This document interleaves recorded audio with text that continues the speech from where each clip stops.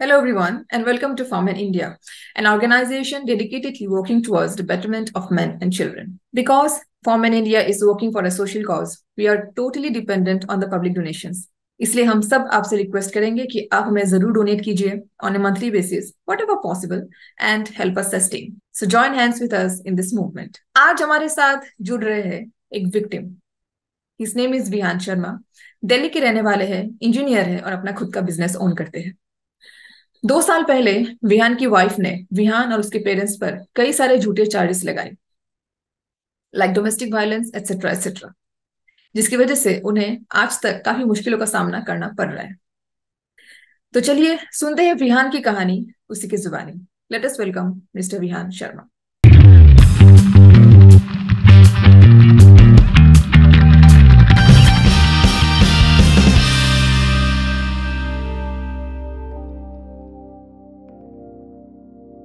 Hello, Vihan, and welcome to Farm in India. Thank you so much for joining us today. Thank you so much for having me here. सो विहान, आपने जब हमें contact किया था, at that point of hmm time आपने ये कहा था कि आपके लाइफ में कुछ ऐसा हुआ है आपके साथ जो बहुत ही अनएक्सपेक्टेड था एंड आप उसके बारे में कुछ कर नहीं पा रहे अभी तक, just because you are a man.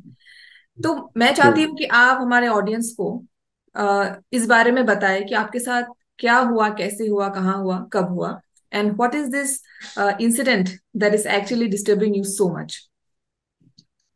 Okay, so I guess majority of the men are facing the same problem आज की डेट में Indian scenarios में I would say because it is all about getting married and then facing false charges against your family and your self only. So मेरे साथ भी बस वैसा ही कुछ एक इंसिडेंट हुआ था। मेरी फैमिली ने बहुत सारे सपने देख के बहुत सारी उम्मीदों के साथ एक एक अच्छे घर में मेरी शादी करने का सोचा कि चलो भाई एक हमारे पास एक इकलौता लड़का है, उसकी किसी अच्छे घर में शादी करते हैं। So they decided to go with somebody's reference. हमने शादी हुई हमारी। शादी से पहले हमने बहुत कोशिश की कि हम समझे एक दूसरे को, मैं मेरी वाइफ समझे। बट मुझे उस चीज में कहीं कहीं पे भी मतलब कोऑपरेशन नहीं दिखाई दिया अपनी वाइफ की साइड से। मुझे लगा कि ठीक है, इट विल नॉट वर्क। तो मैंने अपने पेरेंट्स को समझाने की कोशिश की कि ठीक है, इट विल नॉट वर्क, आप कोई और लड़की देख लो। बट समहाउ मेरे पेरेंट्स को लगा कि नहीं, बच्चे समझदार नहीं होते हैं, हम बड़े हैं, हम ज्यादा जानते हैं। उन्हें लगा कि शादी हो जाएगी, चीजें ठीक हो जाएंगी। जब एक बार घर एक छत के नीचे दो लोग रहने लगते हैं तो चीजें अपने आप सॉर्ट हो जाती हैं। तो उस इंटेंशन से सब कुछ अच्छा सोच के उन्होंने शादी कर दी। बट शादी के बाद से जो चीजें चेंज हुई, जो रवैया चेंज हुआ, वो बहुत ड्रास्टिक था। मतलब आप सोचो कि शादी के 2 महीने बाद ही मेरी वाइफ ने, 2 महीने भी नहीं हुए थे, शायद 1 डेढ़ महीना ही हुआ था। 1 डेढ़ महीने के अंदर में मेरी वाइफ का मेरे पेरेंट्स के लिए बिहेवियर ऐसा था कि वो उनसे बात तक नहीं करती थी। खाना भी पूछवाना है, अगर खाना खाने के लिए होता ना, घर में अगर 3 लोग हैं, मॉम डैड हैं और वाइफ है, तो व्हाट वी वुड एक्सपेक्ट कि वाइफ जाके एक बार मॉम डैड से पूछ ले, आप खाना खाओगे, मैं लगा दूं या नहीं लगा दूं। वो भी आप नौकर से पूछवा रहे हो। मॉम डैड आके अगर आपसे पूछ रहे हैं, आप कमरे में लेटे हुए हो, वो अगर आपसे पूछ रहे हैं कि बेटा तुम ठीक हो, तबीयत ठीक है, कोई चीज की जरूरत तो नहीं, तो तुम उनको ऐसे इग्नोर कर रहे हो जैसे वो इंसान सामने है ही नहीं, एग्जिस्ट ही नहीं करता। तो ये कुछ इनिशियल प्रॉब्लम थी जो मुझे लगा चलो प्रॉब्लम है, सॉल्व हो जाएगी, समझाएंगे, थोड़ा टाइम लगेगा, it will work out. But वो नहीं हुई। And then slowly and gradually जब मैंने इन चीज़ों को सॉर्ट आउट करने के लिए अपनी तरफ से इनिशिएटिव लिया कि जैसे एक इंसिडेंट मुझे याद आता है कि मेरी मदर का सडनली मेरे पास कॉल आया, मेरे फादर का कॉल आया जब मैं गुड़गांव में अपने ऑफिस में था कि घर पे मम्मा अकेली हैं। मैं सोचा था कि वाइफ है अब घर पे, तेरी बहू है, तो हम छोड़ के चले जाते हैं। वो शिरडी गए थे कुछ काम से ऐसे ही दर्शन करने। तो हुआ क्या कि उस बीच में मेरी वाइफ ने मॉम को इतना परेशान कर दिया कि मॉम से जब मैंने फोन करके पूछा तो she started crying on call. और कोई भी बच्चा अपने माँ को एटलीस्ट रोते हुए नहीं देख सकता, किसी की भी बिल्कुल। बात कुछ भी हो, नहीं देख सकता। तो मैं इमीडिएटली अपने बॉस को बोल के छुट्टी लेके किसी भी तरीके से घर पहुंचा रात तक। रात में घर पहुंचा। उस 6-7 घंटे की ट्रेन जर्नी में ना मैंने अपने गुस्से को काफी कंट्रोल किया। मैंने कहा यार नहीं, मुझे दोनों तरफ से सोचना है। एक वाइफ की तरफ से भी सोचना है यार, वो अभी इतने सालों बाद 27-28 साल बाद अपना घर छोड़ के मेरे यहाँ आके रह रही है, तो एकदम से तो सारी चीजें चेंज नहीं होगी। दूसरा मुझे मॉम डैड का भी सोचना था कि यार दे टू डिजर्व सम रिस्पेक्ट। तो मैंने घर जाके ना किसी तरीके से दोनों को समझाया बुझाया, दोनों को साथ बैठ के खाना खिलाया, वाइफ से बात की, उसको समझाने की कोशिश की। तो शी सेड कि अभी आप मुझे जानते नहीं हो, अभी आप मेरे साथ टाइम स्पेंड करो, आप मुझे समझो, तब जाके आपको समझ में आएगा। I hmm. Thought okay, it is a valid argument कि हाँ शायद हमने इतना टाइम स्पेंड नहीं किया, इस वजह से ये ऐसा हो रहा हो। तो वी डिसाइडेड कि ठीक है, नेक्स्ट मंथ मेरा बर्थडे है एंड नेक्स्ट मंथ आप फैमिली के साथ आके मेरे साथ दिल्ली में गुड़गांव में शिफ्ट हो जाओ। ये इंसिडेंट तो आप कब की बता रहे हैं? आई मीन आपकी शादी कब हुई ये और मैं ये बता रहा इंसिडेंट हूँ, कब हुआ? शादी मेरी हुई थी 22 फरवरी 2019 में। और ये बिल्कुल। इंसिडेंट बता रहा हूँ फरवरी के बाद मार्च छोड़ के अप्रैल में। तो अप्रैल में ओके। मेरा बर्थडे पड़ता है, उस वक्त मैं उनको लेकर आया था गुड़गांव। तो इनिशियली क्या हुआ, जैसे मॉम डैड आते हैं, नया घर है नई जगह है, वो सोचते हैं कि भाई बच्चों को प्रॉब्लम नहीं हो, तो 10-15 दिन रुक के वो चाहते हैं कि हम घर गृहस्थी सेट करवा दें और हम्म। उसके बाद वी विल लीव। तो फिर बच्चों को ही रहना है, कोई दिक्कत नहीं। तो उस इंटेंशन से उन्होंने क्या किया कि आके 10 दिन वो हमारे साथ रहे। और 10 दिन रहने के बाद क्या हुआ कि चलो जब तक मम्मी रही तब तक मुझे सुबह मॉर्निंग में उठ जाती थी वो, घर का सारा काम हो जाता था, मुझे ब्रेकफास्ट मिलता था ऑफिस जाने से पहले, मेरा लंच पैक होके मिल जाता है। आई वाज हैप्पी कि यार चलो अब ठीक है, एक शादी के बाद एक अपने घर से वाइफ के हाथ का बना खाना लेकर आना आदमी के लिए एक ऐसा एक स्पेशल मोमेंट होता है ना, जिसको आप बयां भी नहीं कर बिल्कुल सकते। बिल्कुल। तो I was also happy. But क्या हुआ 10 दिन बाद, जब 10 दिन मम्मा रही, उसने 10 दिन में मेरे और मम्मा के बीच में इतने झगड़े करवा दिए, पूछो मत। हम्म। फॉर एग्जाम्पल, जैसे उसका डेली का रूटीन था शाम को 4 बजे छत पे जाकर कॉल पे लग जाना और तब तक नीचे नहीं आना जब तक मैं ऑफिस से ना आ जाऊं। अगर हम्म। मैं रात के 8:30-9 बजे ऑफिस से लौट के आ रहा हूँ तो वो 9 बजे तक ऊपर ही रहेगी। मम्मा घर में अकेली हैं, उनके पैरों में प्रॉब्लम है घुटने में, तो वो ज्यादा ऊपर चढ़ती नहीं है। उन्होंने 4-5 बार आवाज लगा ली, कोई रिस्पॉन्स नहीं। तुम लगे हुए हो अपने फोन पे, पूछा जाता है तो तुम बोलते हो मम्मी से बात करें। हम्म। मुझे नहीं समझ में आता शादी के बाद कौन सी माँ ऐसी है जो शाम के 4 बजे से लेकर रात के 9 बजे तक बच्चों से फोन पे बात करना चाहती है। हम्म। क्या लॉजिक है उस बात का, मुझे तो नहीं समझ में आता। वो भी डेली फिर बेसिस पे। डेली बेसिस पे। हम्म। तो वो चीज भी चलो चली, एक एक पॉइंट पे क्या हुआ, मम्मा को भूख लगी होगी, अब तुम शाम को 4 बजे तुम पूछो, बूढ़े आदमी उनका अपना खाने पीने का टाइम होता है, वो भी चाहते हैं कि शाम को उनको भी कुछ खाने को मिले 5-6 बजे। तुम नहीं आए, मम्मा ने अपने हिसाब से मैगी बना के कुछ खा लिया। हम्म। तुमने इतना बड़ा तांडव कर दिया घर में, कैसे मैगी बना के खा लिया, आप मुझे नहीं बुला सकते थे, क्या जरूरत थी खुद से बना के करने की, आप ही कर लो ये कर लो, बहुत झगड़ा किया। और फिर मैं भी दिन भर से थका आ रहा आता हूँ अपना काम करके, शाम को आओ तो पहले मम्मा के पास टाइम देना पड़ता है, खाना वाना खाओ। फिर रात में जैसे तैसे सोने की बारी आती है, आप रात को 12 बजे मुझे उठा के बोलते हो उठो बैठो मेरी बात सुनो। अब मैं हम्म। अपना काम देखूं या मैं रात के 12 बजे से 3 बजे तक तुम्हारी कम्युनिकेशन सुनूं, वो कम्युनिकेशन जिसमें आधे टाइम तुम मेरी मम्मी की बुराई कर रही हो, हम्म। आधे टाइम तुम्हें इधर उधर की बातें करनी है। क्या क्या अगर दो घर में दो लोग हैं और आप आपस में नहीं बना पा रहे हो, तो फिर किस लेवल की आपकी एजुकेशन है, क्या आपके माँ बाप ने सिखा के भेजा है। और जबकि ऐसा भी नहीं है, घर में 4-5 लोग हों, भाई भाभी ननद वगैरह ये सब हो, तो समझ में आता है कि एक पर्सन खराब हो सकता है एक अच्छा हो सकता है। वहाँ एक ही पर्सन है जो तुम्हें अपनी बेटी मानकर लेकर आया, वो माँ है जो उससे शादी कराने के लिए मुझसे लड़ गई थी, बोली थी कि अगर इससे शादी नहीं करेगा तो मैं तेरी शक्ल नहीं देखूंगी, मैं घर कौड़ियों के भाव बेच दूंगी और मेरा मैं ये सोच लूंगी मेरा बेटा मर गया। जब वो हम्म। उस लड़की से शादी करने के लिए मुझसे इतना लड़ गई और वो लड़की उनके साथ ऐसा बिहेव करेगी तो क्या होगा। फिर चलो वो भी हुआ। 10 दिन बाद मम्मा किसी तरीके से रोई हुई, उन्होंने पापा को फोन किया, बोलती है मुझे यहाँ से ले चलो, मुझे नहीं रहना। मैंने किसी तरीके से उनको समझाया बुझाया, 10 दिन उनको रोका, फादर आए लेके चले गए। उसके नेक्स्ट दिन से मैडम का सो के उठना शुरू हुआ दोपहर के 2 बजे 2:30 बजे। ओके। मैंने सोचा चलो 10 दिन मेहनत की है, टाइम पे उठी है, हो सकता है एक आध दिन उसको रिलैक्स करना है, कर लेने दो, कोई दिक्कत नहीं। बट अगर मैंने कुछ नहीं कहा आपसे तो आप, वो रूटीन चेंज ही नहीं हुआ। वो 1-2 दिन सोचा था मैंने, वो चल गया 2-3 महीने। हम्म। आप हर रोज सुबह दोपहर में 2 बजे सो के उठ रहे हो, हर रोज रात के 3-4 बजे तक आप जाग रहे हो। मैं क्या करूं, मैं अपना जॉब छोड़ दूं आपके लिए? नहीं छोड़ सकता भाई, मैं तो अपने टाइम पे सोऊंगा। आप 3 बजे तक मुझे जगा के रख रहे हो, बिठा रहे हो। मैं 3 बजे सो के सुबह 7 बजे जागता हूँ, 8 बजे तक तैयार होके 9 बजे अपने ऑफिस पहुंच जाता हूँ। ना हम्म। ब्रेकफास्ट का आता पता है ना लंच का आता पता है। उस सिचुएशन में मेरे साथ क्या चीजें हो रही थी मैं किसी को बता भी नहीं सकता, मॉम डैड को बताऊंगा तो वो दुखी होंगे, नई नई शादी है किसी और को बोल नहीं सकता। उसकी कोई भाभी या उसकी कोई फैमिली सपोर्टिव नहीं है तो उनको नहीं बता सकता। हम दोनों के बीच में कोई कॉमन फ्रेंड नहीं है, उससे नहीं शेयर कर सकता। अपने ऑफिस के कलीग्स को मैं बता नहीं सकता। लोग क्या करते हैं, देखने लगते हैं कि भाई चलो 10 दिन 15 दिन आप टिफिन लेकर आए ऑफिस में and you are having your lunch, और सडनली आप टिफिन लाना बंद कर दिए। तो 10 तरीके के क्वेश्चन लोग पूछते हैं। अब मैं हम्म। अगर लंच के टाइम पे उनके साथ में रहूं तो लोग पूछते हैं, सर आज लंच नहीं लाए। कितने दिन आप बोल दोगे कि नहीं आज उसकी तबीयत खराब थी, नहीं आज मैं जल्दी निकल आया, नहीं मैं आज कहीं बाहर था, कितने दिन बोलोगे? उस हम्म। सिचुएशन में क्या हुआ, मैंने उसमें बहाने बनाना शुरू कर दिया कि भाई लंच के टाइम पे मैं किसी काम से बाहर निकल जाता हूँ, हम्म। ऑफिस से बाहर निकल जाता हूँ किसी काम से, कुछ ना कुछ बहाना मार के।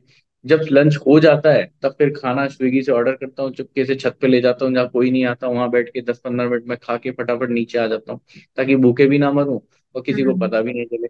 लेकिन नोटिस तो करते हैं ना लोग कि भाई पहले 10 दिन लेकर आए आप खाना, उसके बाद ये बंदे को मैंने कभी खाना लाते हुए नहीं देखा। कितने दिन आप बहाने मार लोगे? हर बार ये पूछेगा ना आदमी कि कहीं चलो ठीक है तुम बाहर निकल गए, टिफिन कहाँ है, कब खाओगे, खाया हम्म। क्यों नहीं? पूछने लगते हैं, दोस्त लोग पूछने लगते हैं, ऑफिस के एचआर पूछने लगते हैं, कितने को छुपाओगे आप? नहीं छुपा सकते। वो हम्म। चीजें हुई, चलो उन सब के बाद भी घर में इश्यूज क्रिएट करना है आपको, आप मेरे से अलग अलग तरीके के क्वेश्चन पूछते हो, भाई यहाँ से नोएडा कितनी दूर है? मैंने पूछा क्यों जाना है? बोले नहीं हमारे कुछ फ्रेंड्स रहते हैं वहाँ पे। मैं नोएडा चल रहा हूँ, आपको मिलवा दूंगा। आपको मिलना है, कैफे में मिलना है, कुछ भी मिलना है, मैं आपको ड्रॉप कर दूंगा, आप मिल लो, मैं भी अपने दोस्तों से मिलूंगा, वापस आके we can meet as well. तो वो कुछ एक प्रॉब्लम्स थी जिनकी वजह से मैं मतलब काफी मेंटली डिस्टर्ब्ड हो रहा था। फिर चलो ठीक है, एक पॉइंट पे हमारे बीच में ऐसी सिचुएशन आई, मैंने उसको समझाने की कोशिश की। एक एक हस्बैंड, मैं वर्किंग हूँ, मेरा ड्रीम था मैं अपना खुद का बिजनेस करूँ, आज मैं कर रहा हूँ डेफिनेटली। उस सिचुएशन में मैंने अपनी वाइफ से एक्सपेक्टेशन रखी थी कि मुझे एक सपोर्टिव पार्टनर मिले। एटलीस्ट अगर वो बिजनेस नहीं करती हो, किसी अच्छी हाई प्रोफाइल जॉब में नहीं हो, तो कम से कम एटलीस्ट कुछ इतना तो करे कि उसकी खुद की एक आइडेंटिटी बने। वो किसी स्टार्टिंग जॉब से काम सीख सकती थी, वो किसी कंपनी में जॉब कर सकती थी, वो अपना खुद का कुछ बिजनेस स्टार्ट कर सकती थी, कुछ नहीं तो ट्यूशन पढ़ा सकती थी। मैं कहता हूँ पैसा, लोग कई लोग क्वेश्चन उठाते हैं कि भाई लड़की के पैसे पे क्यों जीना है आपको, क्या करना है, आप खुद नहीं कमा सकते हैं? भाई मैं कमा सकता हूँ, बट एक मेट्रोपॉलिटन सिटी में अगर एक वाइफ वर्किंग हो तो जिंदगी थोड़ी आसान हो जाती है। मैं वो भी नहीं चाहता कि आप कमा के दो। मैं कह रहा हूँ आप एनजीओ में फ्री ऑफ कॉस्ट जॉब करो, और एटलीस्ट 4 लोग आपको जानते तो हों आपके नाम से, मैं कह तो सकूं हाँ शी डज समथिंग, कुछ तो करती है वो। दूसरा, आप जब बाहर निकलते हो 10 लोगों से मिलते हो, आपको पर्सपेक्टिव पता चलता है। 4 पैसे आप कमाते हो तो आपको 4 पैसे की वैल्यू पता चलती है। वो अगर नहीं पता चलेगी आप कहाँ जाओगे? तो उन उन रीजंस की वजह से मैंने उसको बहुत समझाने की कोशिश की। मैं कहा, चलो मैं आपको डिजाइन के किसी कोर्स में एडमिशन दिला दूं, नहीं अभी मेरा मन नहीं है। मैं बोला चलो कुछ और काम करवा देते हैं, आपको कहीं ट्रेनिंग पे लगवा देते हैं, नहीं मुझे अभी कोई नहीं करना। फिर आपने मुझे इंटरेस्ट दिखाया कि भाई मुझे घर में कुकिंग अच्छी लगती है, तो मैंने बोला चलो एक काम करते हैं, आप कुकिंग का स्टार्टअप कर लो, मैं लोकल एरिया में कुछ ऐसा बना देता हूँ, आप अपनी डिश डेली बनाओ एंड मैं सारा कुछ बिजनेस सेटअप करके आपको दूंगा, आप चलाना शुरू करो। मैं कह रहा हूँ 4 पैसे आएंगे, आप खुश रहो, आपके पास आना चाहिए, आपको ये प्राउड फील होगा कि okay I am doing something. इस लेवल पे मुझे नहीं लगता कितने ही हस्बैंड होते होंगे जो अपनी वाइफ को एनकरेज करते होंगे कि तू भी कुछ कर, तू भी अपनी एक आइडेंटिटी बना। मैंने बहुत ट्राई किया, बट बिल्कुल। मुझे क्या मिला रिटर्न में? इनफैक्ट ऐसे है, मतलब महिलाओं की यही कंप्लेन होती है ना मोस्टली, कि शादी के बाद मुझे जॉब करने नहीं दिया, मुझे पढ़ने नहीं दिया, ये करने नहीं दिया। और यहाँ पे आपके केस में उल्टा हो गया कि आप खुद से बोल रहे हैं कि आप कुछ कीजिए, आपकी आइडेंटिटी बनाइए, बट उसे इंटरेस्ट नहीं है एंड शी डजंट वांट वो टू भी डू नहीं। That. So this is quite bizarre कि लड़कियों को कुछ करना होता है और वो लोग मतलब शादी के बाद यही कंप्लेन करते हैं कि हम, मेरे इन लॉज बुरे हैं बिकॉज वो मुझे ये करने नहीं दे रहे, और यहाँ पे या कोई लॉस भी नहीं है, इन लॉज या भी तो आप नहीं है और घर हस्बैंड में इतना अकेले रह सपोर्टिव लो। है, but she is not willing to do do anything, like पढ़ाई भी नहीं करनी, जॉब भी नहीं करनी, बिजनेस भी नहीं करनी, वो भी छोड़ो, घर के काम भी नहीं करने। घर के काम भी मैं नहीं एक, करने। एक एग्जाम्पल देता हूँ। मैंने उसे बोला घर में मेरे पास डेस्कटॉप था प्रॉपर, उसमें वाईफाई लगा हुआ है 100 MBPS का, आपको ये बोला कुछ मत करो, आपको कोचिंग नहीं जाना, आपको वहां कुछ प्रॉब्लम हो रही है, एटलीस्ट यूट्यूब पे बैठ के बेसिक वर्ड सीख लो, माइक्रोसॉफ्ट वर्ड सीख लो, बेसिक एक्सेल सीख लो, इतना तो आप कुछ कर लो यार। अगर इतना भी आप कुछ नहीं कर रहे हो तो फिर क्या मतलब है? तो मैडम का दिमाग कहाँ चला? उस पे नहीं चला जो बोला गया सीखने के लिए, उधर पे आप क्या कर रहे हो, इतना आलस फैला रहे हो, टेबल के ऊपर पैर रखे हो, ऐसे देख रहे हो जैसे बोझ से किसी को बोल दिया जाता ना कि जबरदस्ती देखना है, वो वाला चीज। उसमें भी आपका दिमाग कहाँ चला? यूट्यूब पे नहीं चला, आप फेसबुक खोल के बैठ गए, मेरा लॉगिन आईडी कहीं पे सेव होगा, आपने वो खोला और आप मेरे प्रीवियस सारे चैट्स पढ़ रहे हो। ओके। और उसको लेके आप अगले दिन पूरा झगड़ा कर रहे हो। ठीक है, मैंने आपको ये बोल के समझा के बात खत्म करने की कोशिश की, ठीक है देखो, इट वॉज द पास्ट, आपसे शादी करने के पहले का। अभी अगर आपके पास कुछ है तो आप बोलो, नहीं है ना तो पॉइंटलेस है। चलो वो झगड़ा हुआ, मैंने उसको मनाने के लिए क्या किया, इतना बड़ा टेडी बियर लेके बाइक पे रख के लेके गया, चलो भाई वाइफ है उसको स्पेशल फील कराते हैं, आपको इतना बड़ा टेडी बियर दिया, गिफ्ट दिया, चॉकलेट दिया, सब कुछ दिया just to make you happy. उस दिन आपसे पूछा गया कि भाई कोई तो एक ऐसी चीज होगी जो तुम्हें खुश फील कराती होगी, जो तुम्हें कंफर्टेबल फील कराए, क्या करना है? एंड शी सेड कि मुझे मनाली जाना है एक बार। आई सेड मनाली जाना is not a big deal. मैंने अपने अगले दिन ही अपने ऑफिस में सर को बोला, मैं कहा सर मुझे 2 दिन की छुट्टी चाहिए and I want to go Manali. Simple सी बात है। बोले क्यों? मैंने, समझो आप नई शादी हुई है, वाइफ का मन है जाने का तो ले जा रहा हूँ। हम्म। मेरे जो बॉस थे वो भी अंडरस्टैंडिंग थे, ही ओनली सेड कि ठीक है चला जा, कोई दिक्कत नहीं। मैं अगले दिन सुबह आपको उठाया 6 बजे, सारा सामान पैक कराया, पैक करा के गाड़ी में लोड किया और सुबह 7 बजे हम यहाँ से निकले हैं, रात के 9:30 बजे मनाली। जो मैंने आपको पूछा था वो 48 आवर्स में मैंने आपका फुलफिल कर दिया। हम्म। 48 आवर्स में आपको ले जाके मनाली में खड़ा कर दिया। हम्म। आप सोचो कि इतना करने के बाद आदमी ये तो देखता है कि बंदे का एफर्ट देखो, कि 12-13 घंटे ड्राइव करके आपकी एक बार कहने पे आपकी वो चीज फुलफिल कर दी। मुझे एक थैंक यू भी सुनने को नहीं मिला। मुझे सुनने को क्या मिलता है, सुबह सुबह उठते ही यहाँ पे बर्फ नहीं है, मुझे बर्फ देखनी थी। हम लाइक अब क्या करूं? मैंने पता किया भाई बर्फ कहाँ मिलेगी। मैंने ये भी नहीं सोचा था कि कहाँ मिलेगी कहाँ नहीं मिलेगी, मैं जहाँ मिलेगी वहां ले चलूंगा, बताओ कहाँ मिलेगी। लोगों ने बोला रोहतांग की मिलेगी। हाल के हाल तुरंत परमिट निकाला, गाड़ी में डीजल फुल कराया, मैं चलो रोहतांग। रोहतांग को ले जाके देखा, बर्फ थी उसमें, आपको छोड़ दिया, जो आपको एंजॉयमेंट करना है कर लिया आपने। उसके बाद पूछा अब आप खुश हो? हाँ अब हम खुश हैं। ओके। रिटर्न में क्या मिला? तो ये एक इंसिडेंट था। उसके पहले मैं मतलब इसको कोरिलेट करूंगा दूसरी चीजों से, कि जैसे शादी के बाद एक हस्बैंड वाइफ सोचते हैं कि भाई एक सेक्सुअल रिलेशनशिप बनता है शादी के पहले, रात या दूसरे रात या तीसरे रात, फर्स्ट वीक में कहीं ना कहीं तो कुछ होता है। हमारे बीच में वो भी नहीं हुआ, आप टालते रहिए बोल के कि नहीं हनीमून पे जाएंगे तब करेंगे। मैंने हनीमून के लिए सारी प्लानिंग की, बुक किया, हमने जयपुर उदयपुर के लिए प्लानिंग की, मैंने बहुत अच्छा एयरबीएनबी बुक किया। यहाँ से लग्जरी जो एसी स्लीपर बसेस होती हैं उनसे हम गए जयपुर तक। वहां से अच्छा स्टे था। उसके बाद हम उदयपुर गए, उदयपुर में भी अच्छे स्टेज हमने बुक किए, वापस आते वक्त एसी फर्स्ट क्लास के टिकट्स लिए थे। Entirely I design this as per my fantasies, my planning, कि मुझे अपने वाइफ के साथ कैसे मोमेंट्स एंजॉय करने हैं कुछ भी। And you spoiled everything one and one. मेरा मूड नहीं है, मैं थक गई हूँ, मुझे फीवर है, मुझे ये है, मुझे वो है, and everything. And you started denying like anything. अब चलो तब आपके पास प्रॉब्लम थी जब आप गुड़गांव आके एक घर में रह रहे हो, अब घर में कोई भी नहीं है, अब तो नहीं कह सकते आप कुछ बहाना कि नहीं ऐसा वैसा नहीं। फिर भी आपका बहाना चलता रहा, नहीं आई एम नॉट कंफर्टेबल, मेरे को ये नहीं अच्छा लग रहा, वो नहीं अच्छा लग रहा, मेरा मन नहीं है, कुछ ना कुछ बहाने। घर के काम आप कुछ नहीं कर रहे हो। जैसे मैं सुबह 8 बजे निकल के जा रहा हूँ, रात के 10 बजे आ रहा हूँ, मेरे पास अपने चीजों के लिए टाइम नहीं है। मैं अपनी ऑफिस की शर्ट लाता हूँ, दरवाजे के पीछे टांग देता हूँ। आपको घर में सारी फैसिलिटी दी है। मैंने अपने मकान मालिक से लड़ के उसके आने से पहले पूरे घर का व्हाइट वॉश करवाया, सारी चीजें प्लानिंग करवाई कि भाई इस घर में नई बहू आने वाली है, आप कैसे पुराने घर में नई बहू को नहीं ला सकते ना।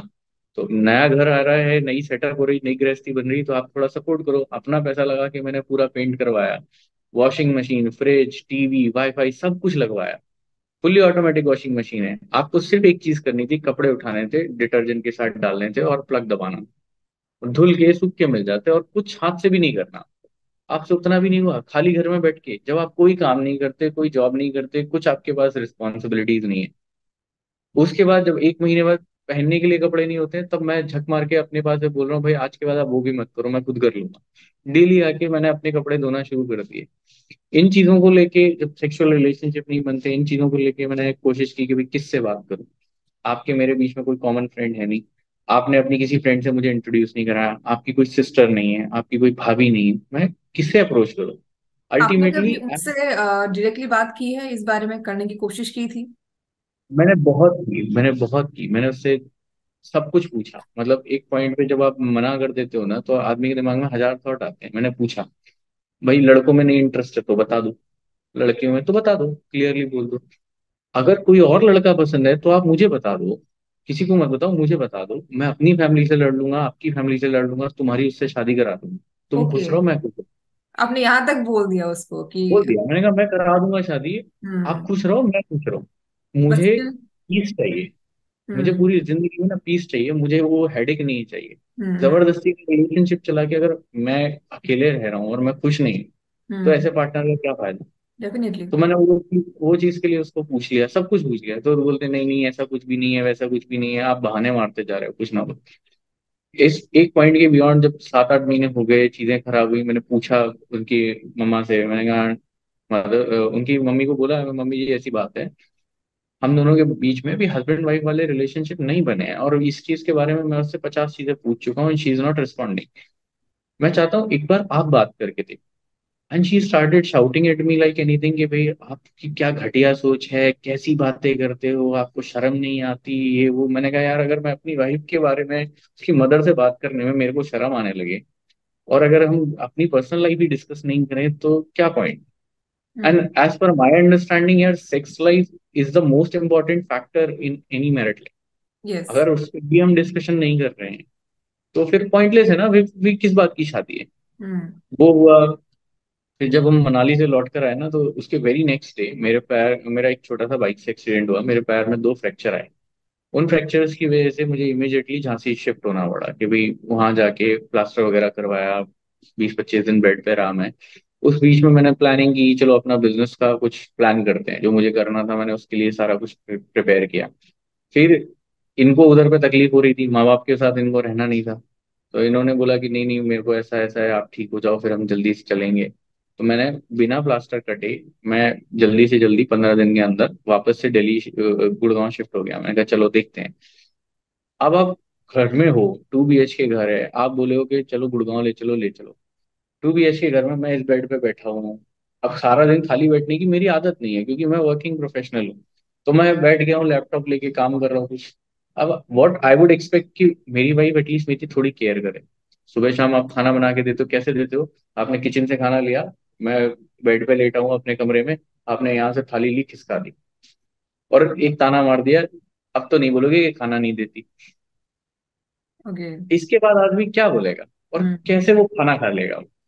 चलो वो भी छोड़ दो, मैं अपने काम में लगा हूँ। मैं पूरा दिन हो गया, मैं सुबह 11 बजे से वेट कर रहा हूँ कि शायद अब काम खत्म हो जाएगा इसका, अब आएगी, अब काम खत्म हो जाएगा, अब आएगी।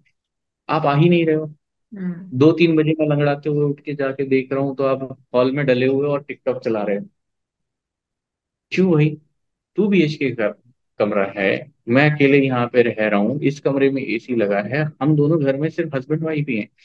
आपका फर्ज नहीं बनता आप हस्बैंड के बगल में बैठो। आप मेरे को बहाना क्या है, नहीं आप बिजी थे, आप लैपटॉप पे लगे थे। अरे तो मैं क्या करूं, मैं तेरे पीछे पीछे भागूं क्या। मैं अपना लैपटॉप पे बैठा हूं, क्योंकि मैं कुछ नहीं कर सकता, मेरे पैर में फ्रैक्चर है। अब आप उस वक्त अगर मेरे बगल में नहीं बैठ सकते, आप मुझसे 4 बातें नहीं कर सकते, तो क्या फायदा ऐसे हस्बैंड वाइफ रिलेशनशिप का। हम्म। वो प्रॉब्लम। उसके बाद चलो ठीक है, कुछ कुछ चल रहा था। जब 25-30 दिन की आप छुट्टी मार जाते हो ना, तो ऑफिस में भी इम्पैक्ट आता है उसका। ऑफिस वालों ने भी कुछ चीजें क्रिएट कर दी, उन्होंने भी प्रॉब्लम्स बना दी उस चीज की, तो समहाउ मुझे जॉब छोड़नी पड़ी। ओके। मैंने सडनली रिजाइन दिया, मैंने कहा भाई अब ऑप्शन ही नहीं है मेरे पास। वो मुझे बोल रहे हैं कि नहीं नहीं परफॉर्मेंस अच्छी नहीं है, आपकी सैलरी कम कर देंगे, पोजीशन से हटा देंगे, ये वो 50 बहाने। जबकि रियलिटी उनकी भी डिफरेंट थी, कि भाई जैसे ही मैंने जॉब छोड़ी, विद इन 25 डेज उनकी पूरी 45 लोगों की टीम एक साथ छोड़ के चली गई। क्योंकि मैं उनको होल्ड करके रखे था पिछले 1 साल से, कि भाई नहीं टीम साथ में चलो, कंपनी में बहुत स्कोप है, काम होगा। लेकिन ठीक है, जब नहीं समझ में आता तो नहीं समझ में आता। तो जिस वक्त जॉब छोड़ी, मेरे पास कुछ अर्निंग सोर्स नहीं था। आज अगर मेरी वाइफ कमा रही होती, फॉर एग्जाम्पल 20-25 हजार की जॉब भी कर रही होती, तो I could have afford the rent for the next 2-3 backup होता मंथ्स है जब मतलब। तक बैकअप होता। मैं उस केस में मैं कहीं जॉब ढूंढ लेता यार, दिल्ली हम्म। में किसी और कंपनी में ढूंढ लिया। अब जब नहीं है मेरे पास पेमेंट, नहीं है मेरे पास बैकअप, मेरे पास लोन्स चल रहे हैं, मेरे को EMI भरनी है, मैं कहाँ जाऊंगा। Ultimately I had one choice, कि भाई कमरा खाली करो यहाँ से और वापस झांसी चलो, जब जो होगा वहां से देखा जाएगा। तो हम झांसी चले गए, मैंने उसको बताया कि भाई ठीक है झांसी चलते हैं। झांसी चल के अपना घर में रहेंगे, जॉब ढूंढते रहेंगे, और इस बार मैं पुणे साइड जॉब ढूंढूंगा। और मिल जाएगी तो हम चलेंगे। जब मैंने बोला कि जॉब ढूंढूंगा, तब तो बिहेवियर बिल्कुल चेंज हो गया, बिल्कुल चेंज मतलब सुबह आपको बढ़िया खाना बना मिल रहा है, टाइम पे मिल रहा है, आपकी हर चीज का देखभाल हो रहा है, आपकी शर्ट धुल रही है, प्रेस हो रही है, सब कुछ हो रहा है। उस बीच में मेरे मॉम डैड को जब पता चला ना मेरे ऊपर 2.5-3 लाख का कुछ लोन है, तो उन्होंने कहीं से पैसा अरेंज करके मुझे दिया, बोला बेटा इसको क्लोज कर दे, तो अपने ऊपर प्रेशर मत कर। भाई लोन क्लोज हो गया, प्रेशर खत्म हो गया, जॉब ढूंढने का प्रेशर नहीं। सो आई डिसाइडेड कि भाई अब अगर मैं अपना बिजनेस नहीं करूँ स्टार्ट, तो मैं बेवकूफ। I started my business. मैंने सीवी अपना फाड़ा और डिसीजन लिया कि I will work for my business only. अब ऐसी सिचुएशन में आदमी क्या एक्सपेक्ट करता है कि यार उसकी वाइफ उसके हर डिसीजन में उसके साथ पैरेलली खड़ी रहे, उसको सपोर्ट करे। मेरी वाइफ को जब पता चला कि भाई मैंने सीवी फाड़ दिया है और मैं अब जॉब नहीं करना चाहता, मैं अपना बिजनेस करना चाहता हूँ, उसी दिन से बिहेवियर चेंज। अब आप बेड पे लेटे हो, अगर मैं बेड पे आ रहा हूँ आप जमीन में लेट जाते हो, मैं जमीन पे आ रहा हूँ आप दूसरे कमरे में चले जाते हो। उस वजह से 1 महीने तक आप इस कमरे में सो रहे हो, मैं दूसरे कमरे में सो रहा हूँ, और मॉम डैड को पता नहीं क्यों, मॉम डैड नीचे फ्लोर पे सो रहे हैं, हम ऊपर वाले फ्लोर। अकेले जिंदगी काटनी थी तो फिर क्यों की थी शादी, किस That's लिए की? hmm. ठीक है। चलो वो भी आपको दिखाया मैंने, कंप्लीट करके मैंने किसी तरीके से अपना बिजनेस चालू करने की कोशिश की। मेरे डैड सपोर्टिव है, उन्होंने क्या किया, ऊपर एक स्टोर रूम था उसको पूरा रेनोवेट करके मुझे एक ऑफिस सेटअप बना के दे दिया, बोले आप करो काम। आई सेड चलो वेरी गुड। अब मेरे पास खुद का अपना एक ऑफिस सेटअप है, मैं काम कर सकता हूँ। अब मैं अकेले बैठा हूँ, सुबह 10 बजे से अपने ऑफिस में जाके काम कर रहा हूँ, रात के 12 बजे तक काम कर रहा हूँ। मेरा घर का जो रूटीन है वो कुछ इस तरीके से था कि सुबह 10 बजे मैं अपना खाना खा के ऑफिस आता था, काम करना शुरू करता था। शाम को 4 बजे जब मेरे फादर लौट के आते थे कोर्ट से, तो मैं नीचे जाता था, पापा मम्मी के साथ टाइम स्पेंड करता था। उस हर रोज 4 बजे से मेरा एक रूटीन था कि मैं खुद खुद कुछ ना कुछ बनाऊं पूरी फैमिली के लिए। कभी Hmm. मैं मोमोज बना रहा हूँ, कभी बिरयानी बना रहा हूँ, कभी कुछ बना रहा हूँ, कभी कुछ बना रहा हूँ, सो दैट मेरी फैमिली को मैं हर रोज कुछ खिला सकूं अपने हाथों से बना के। उसमें ना वाइफ का कोई सपोर्ट है, ना मैं मॉम डैड से मैं कुछ सपोर्ट ले रहा हूँ, वो मैं इंटायरली खुद किचन में जाके कर रहा हूँ। आपको खिला दिया, 6 बजे फ्री होके मैं फिर ऊपर अपने ऑफिस में आके काम करने लगा, और मैं रात के 12 बजे तक करता हूँ। आप मुझे सपोर्ट नहीं कर रहे हो, लेकिन आप 11 बजे से आगे खड़े हो जाते हैं, ये बंद कर रहे हो कि नहीं कर रहे हो, इस टोन में, बंद कर रहे हो कि नहीं कर रहे हो। अब तुम काम में सपोर्ट तो करा नहीं रहे, तुम्हें तो कोई फर्क नहीं पड़ता कि भाई पैसा कहाँ से आएगा, बंदा अपने करियर के लिए कुछ कर रहा है नहीं कर रहा है, तुम्हें अपने करियर का कुछ पड़ा नहीं, तुम पीछे पड़े हो। बंद कर रहे मैं हो कि नहीं कर रहे हो, मतलब she is asking you to close, shut down your हाँ, business? Shut okay. Down this business and everything. Hmm. तो चलो मैं उस चीज को लड़ झगड़ के किसी तरीके से अवॉइड करता रहा कि लेट इट बी।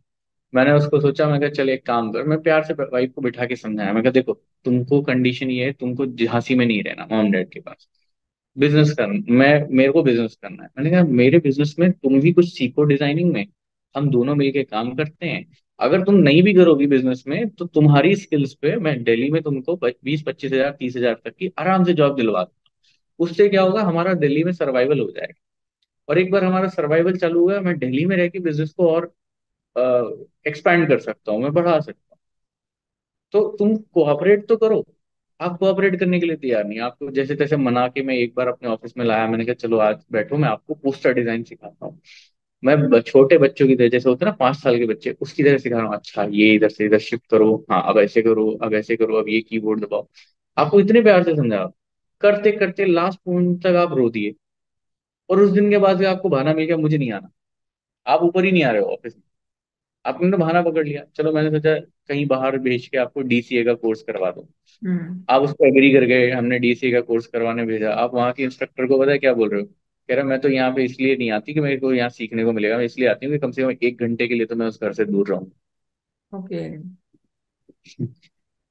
और मेरे मॉम डैड को देखो कि जिन्होंने अपनी पूरी जी जान लगा ली, अपना सारा पैसा सब कुछ दे दिया, आपने बर्थडे पे बोला पापा मुझे मंगलसूत्र चाहिए, 60 हजार का मंगलसूत्र ला के आपके गले में डलवा दिया।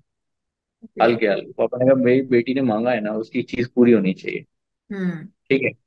मैं वो इंसान हूँ जिसने शादी के बाद अपने लिए एक टी शर्ट तक नहीं खरीदी, मैंने उस लड़की के लिए पूरे कपड़ों का भंडार लगा दिया था, वन पीस से लेके शॉर्ट से लेके हर एक चीज, जिसमें मैं अपनी वाइफ को देखना चाहता हूँ यार कि अगर मेरा अट्रैक्शन मेरी वाइफ के लिए नहीं होगा, तो डेफिनेट सी बात है मैं बाहर मुंह मारूं। उससे हम्म। अच्छा है मैं अपनी वाइफ को उतना सजा के रखूं कि भाई नजर कहीं और जा ही नहीं। तो मैंने अपनी पूरी सारी की सारी चीजें उस पर लगा दी। मुझे क्या मिला, कुछ भी नहीं। मैं बिजनेस कर रहा हूँ, सब कुछ कर रहा हूँ, इन सब के बाद प्रॉब्लम्स आप क्रिएट किए चले जा रहे हो। आपका वो जो शाम के 4 बजे से लेकर रात के 8 बजे तक मम्मी से फोन में बात करने का रूटीन कभी खत्म ही नहीं होता। अब वो मम्मी है कि कौन है मुझे आज तक नहीं पता चला। और ओके। मेरे पेरेंट्स को और मुझे देखो आप, कि ना मेरे पेरेंट्स ने कभी आपसे पूछा कि बेटा तुम किससे बात कर रहे हो, तुमने बोला मम्मी से बात कर रहे हो, कोई बात नहीं बेटा, माँ बाप सबके प्यारे होते हैं, कर लो बात। हम्म। ठीक है। मैं कभी भी इन सब चीजों में नहीं हूँ कि मुझे अपनी वाइफ का फोन चेक करना हो, मैं चुपके से जाऊं फोन चेक करूं, या मैं उसको जबरदस्ती बोलूं नहीं खोल पासवर्ड दिखा मुझे, किससे बात करी किससे नहीं करी, मुझे नहीं पूछना। बिकॉज मुझे लगता है कि शादी एक पार्टनरशिप होती है दो इंडिविजुअल्स, और उन दोनों इंडिविजुअल्स की अपनी खुद की एक आइडेंटिटी, खुद की एक पर्सनल स्पेस भी होती है जिसमें नहीं घुसना चाहिए। हम्म। अगर मैं आपकी चीजों की रिस्पेक्ट कर रहा हूँ तो आप भी तो करो। आप वो भी नहीं करना चाहते हो, आप मेरे से लड़ रहे हो, मेरे को अपने फोन का पासवर्ड दो, ये दो वो दो। ओके। क्यों चाहिए आप? अगर नहीं है ट्रस्ट तो आपने शादी क्यों की? हम्म। तो फिर भी जो आदमी घर में रह रहा है, सुबह से उठ रहा है, अपने ही घर में काम कर रहा है, अपने ही घर में अपनी वाइफ के साथ टाइम स्पेंड कर रहा है, अपने फादर के साथ मदर के साथ टाइम स्पेंड कर रहा है, घर से बाहर भी नहीं जा रहा, ये भी हो कि कहीं बाहर जा रहा हो तो आप शक भी करो, पूरा दिन घर में है आपके, आपके साथ ही टाइम स्पेंड कर रहा है, फिर भी आपको नौटंकी करनी है। आप सपोर्ट नहीं कर रहे बिजनेस के लिए। फिर चलो slowly and gradually once I decided कि मुझे अपने बिजनेस के लिए जाना है, तो मुझे मुंबई में एक जागृति यात्रा का एक ऑफर मिला था उसके लिए, एज एन ईआरसी जाने के लिए।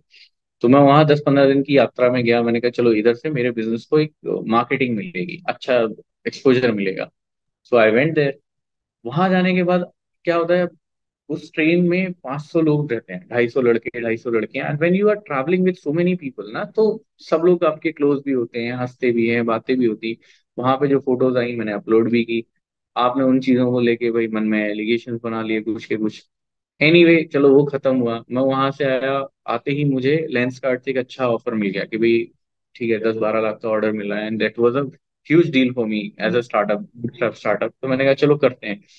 उसके लिए मजबूर मुझे दिल्ली शिफ्ट होना था, क्योंकि दिल्ली में ही मैं मैन्युफैक्चरिंग कर सकता था और कहीं नहीं। अब मैं दिल्ली में कोविड के टाइम में एक कमरा लेके अकेले सारा प्रोडक्शन कर रहा हूँ। 500 यूनिट्स का प्रोडक्शन मैं अकेले कर रहा हूँ। तो आप सोचो वो कंडीशन थी कि मैं सुबह 10 बजे जैसे सो के उठाऊं, उठ के वहीं खाना खाया, वहीं नहा दिया, नहा लिया धो लिया, उसी कमरे के पास नहा धो के फिर काम पे लग गया हूँ। सुबह से लेकर रात तक काम कर रहा हूँ 2-3 बजे तक। और उसके बाद सुबह फिर सुबह उठ के वही सेम काम चालू कर रहा हूँ। इस बीच में मैं अपनी वाइफ से क्या एक्सपेक्ट करूंगी कि अगर वो भी यहाँ आ जाती, एटलीस्ट वो मेरी बेसिक नेसेसिटी तो ये तो हेल्प कर देती, मेरे बिल्कुल। लिए खाने का इंतजाम कर देती, अगर खाना हम ऑर्डर भी कर रहे हैं तो एटलीस्ट प्लेट में निकाल देती, बात करने के लिए तो होती, हम्म। ध्यान रखने के लिए होती, पानी पूछ लेती, कुछ कर लेती, बोल देती भाई चलो कुछ काम मुझे भी बता दो मैं भी कर लेती हूँ। हम्म। हस्बैंड वाइफ तो इसी तरीके से होते हैं आई बिलीव। आप आए भी नहीं, आप इंटरेस्टेड भी नहीं थे।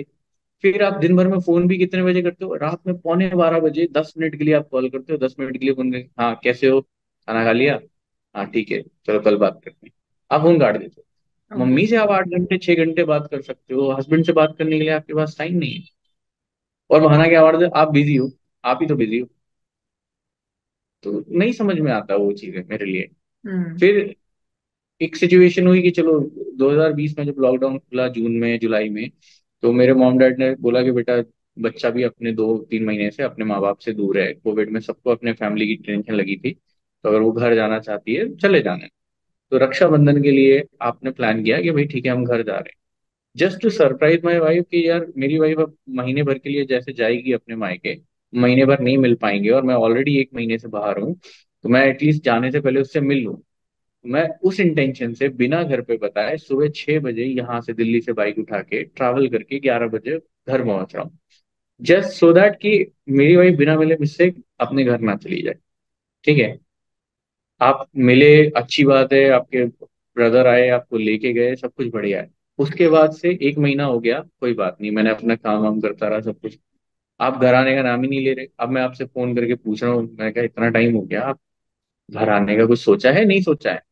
अभी तो हम आए हैं, अब तो रहेंगे 4-5 महीने यहाँ पे। मैंने 4-5 महीने मायके कौन रहता है यार? और तुम्हारे माँ बाप को नहीं लगता कि शादी के बाद 4-5 महीने लड़की को घर पे रखना is also not good, hmm. At least not for her marital life? आपको समझना चाहिए। तो उस सब के बाद चीजें खराब होना शुरू हुई, बीच में मेरी तबीयत खराब हुई, मुझे हॉस्पिटलाइज किया गया यहाँ से। तो इन्होंने अपने किसी ब्रदर के दोस्त को जो गुड़गांव पालम में रहते थे उनको मेरे पास भेज दिया। वो बंदा आया, बोलता है लाला जू करके खूब बात किया। अब मुझे इंजेक्शन लग रहे हैं, मैं पूरा दिन बेहोश, मुझे कोई होश नहीं है। और आप क्या कर रहे हो, आप मेरा फोन उठा के मेरा थंब इम्प्रेशन लगा लगा के मेरे चैट्स खोल के पढ़ रहे हो, स्क्रीनशॉट्स ले रहे हो, अपने पास सेंड कर रहे हो, you are doing this with me. आपने पेमेंट ली, उधर पे पेमेंट करनी थी, आपने अपनी तरफ से कर दी। मैंने बोला आप बता दो मुझे, मैं पे कर दूं, मेरे पास सब कुछ है, क्रेडिट कार्ड है, इंश्योरेंस है, सब कुछ है। मैंने कहा मैं पे कर दूं। नहीं नहीं, आपसे क्यों पैसे लेंगे। आप जबरदस्ती मुझे घर लेके गए अपने, 3 4 दिन आपने घर रखा। जिस घर में खाने के लिए चावल नहीं है, जो टूटे चावल मेरे को बना के खिला रहा है, वो आदमी मेरे को पैसों का और दूसरी चीजों का ज्ञान दे रहा है।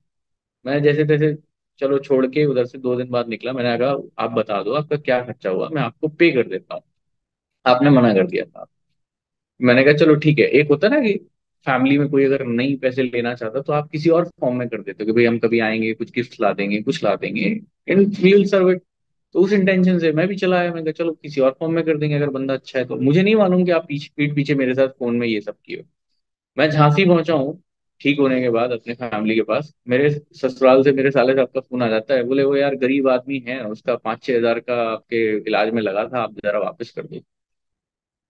मैंने इमीडिएटली उसको 8 से 10 हज़ार रुपये ट्रांसफर कर दिए। मैंने कहा यार जब मैं माँ बोल रहा था 6 बार आपसे कि आप ले लो, तो आपको मौत आ रही थी लेने की। हम्म। और अब आप मुझे ये दिखा रहे हो कि भाई वो गरीब आदमी है और पैसे। अब मैं कहा चलो ठीक है, गरीब भी है। अगर आज मेरी बहन होती, वो किसी जगह ब्याही होती और उसका कोई हस्बैंड होता ना, और अगर उसके ऊपर कोई बात आती है, मैं अपनी जेब से लाखों रुपया लगा देता। हम्म। बिकॉज है तो वो भी मेरी फैमिली ना। बिल्कुल। आपसे 6 8 हज़ार भी नहीं लगे थे। तो ये कुछ एक चीजें थी जो एकदम प्रॉब्लमेटिक होती चली गई। फिर हम्म। एक सिचुएशन होती है कि भाई आप अपने मायके में हो, मैं आपसे पूछ रहा हूँ कब आओगे, आप लड़े जा रहे हो, लड़े जा रहे हो। वो भाई का दोस्त मुझे फोन ले रहा है, फोन कॉल कर रहा है, आप कॉन्फ्रेंस में हो, मेरी वाइफ कॉन्फ्रेंस में है, वो मुझे बोल रहा है तुम दिल्ली में कहाँ हो, मुझे अपनी लोकेशन भेजो। मैंने कहा मैं क्यों भेजू लोकेशन, और तुम क्या करोगे मेरी लोकेशन में। इधर मैं 1 घंटे में तुम्हारी लोकेशन पता लगा लूंगा, तुम जाओ वहीं आके तुमको बताऊंगा। अच्छा। इस इस पॉइंट पे क्या सुनेगा आदमी, और मेरी वाइफ चुपचाप सुन रही है, she is not saying anything. तो गुस्से में फिर मुझे भी बोलना पड़ा। मैंने कहा ठीक है, अगर आप आ ही रहे हो ना तो आप एक काम करो, आप 1 घंटे में मेरी लोकेशन पता लगा लो और आ जाओ। और घर पे बता के आना कि मैं जा तो रहा हूँ, जिंदा वापस नहीं आऊंगा। क्योंकि सेल्फ डिफेंस में किसी का मर्डर भी जायज है, मेरे को पता है। फिर तो मैं वैसे ही करके भेजूंगा, मैं टुकड़े उन्होंने काट के वैसे जमीन। ही बात बोली थी किस कंटेक्स्ट में, like why did you say like that? Context was to you know do some physical harm to me, कि भाई तुम्हें अभी वैसे आके बताते हैं, हम अभी लड़के लेके आते हैं। रीजन क्या था, लाइक कुछ हुआ था इसके पहले? रीजन? रीजन वही है, थोड़े झगड़े हमारे बीच में चल रहे थे, वाइफ ने ओवर होना शुरू हुआ, मैंने उसको थोड़ा डांटा वाटा। उस ओके। चीज को लेके he was in the support कि भाई तुम ओके। कैसे बोल सकते हो, वो मेरी बहन अच्छा। जैसी है, ये है वो है और। तो ओके। मैंने कहा भाई तेरे को अगर इतनी अकड़ आ रही है तो आ जा, कोई दिक्कत नहीं। ऑल्दो वो हुआ नहीं, बट उससे पता चल जाता है ना कि यार एक वाइफ अपने हस्बैंड के बारे में जब इतना सुन ले रही है, वो भी अपने ब्रदर से, तो फिर क्या ही रिस्पेक्ट करती होगी और क्या ही हस्बैंड मानती होगी। चलो वो चीजें हुई। फिर किसी एक पॉइंट पे आपने मेरे को इस तरीके से बात करना शुरू किया कि कुछ हमारे बीच में आर्ग्यूमेंट हुआ है, शी सेड विहान शर्मा अपनी औकात में रहना। Hmm. And that was something I was not expecting from my wife, even after doing nothing wrong. मतलब कि सब कुछ अच्छा कर रहा हूँ तुम्हारे लिए, सब कुछ कर रहा हूँ, उसके बाद आप मुझे आके बोल रहे हो अपनी औकात में रहना। हम्म। मुझे वो चीज बहुत गंदी लगी, बहुत गंदी लगी। बिकॉज आप अपनी औकात की बात कर रहे हो यार, आप समझो तो सही, आप दो फैमिलीज के बीच में क्या डिफरेंस है। आपकी फैमिली में और मेरी फैमिली में अगर मैं सोशली देखूं तो बहुत डिफरेंस है। आपके फादर सिर्फ एक एडीओ है, असिस्टेंट ब्लॉक डेवलपमेंट ऑफिसर। मेरे फादर ने ऐसे दो दो बीडीओज का शादी कराई है, कन्यादान की है। पुलिस वाले से लेके, नेता से लेके, गुंडे से लेके, हर बंदा घर में आके आपके सामने पैर छू के जाता है। आप हम्म। देख रहे हो कि थाने के एसआई आके सबसे पहले पैर छू रहे हैं फादर के, तब बैठते हैं वो। आपको नहीं समझ में आया आप किस बंदे से बात कर रहे हो। और मैंने कहा अगर आप उस सबको भी हटा दो, मेरे को भी देखो, तो पर्सनली आज मार्केट में मेरी इतनी इंफॉर्मेशन है, इतने कॉन्टैक्ट्स हैं, इतनी रेपुटेशन है कि आपके फादर की भी नहीं होगी। जस्ट दैट आपके फादर को एक सरकारी नौकरी है, सैलरी मिल रही है, हम्म। उससे आप किसी की औकात नहीं जा सकते। बिल्कुल। तो मुझे ये बोलना पड़ा भैया, औकात की अगर आप बात करो तो आपके फादर की भी औकात मेरे बराबर भी नहीं है। मेरे फादर तो छोड़ ही दो, मेरे बराबर भी नहीं। तो आइंदा आज आपने जो कह दिया कह दिया, आज के बाद आप बात मत करो।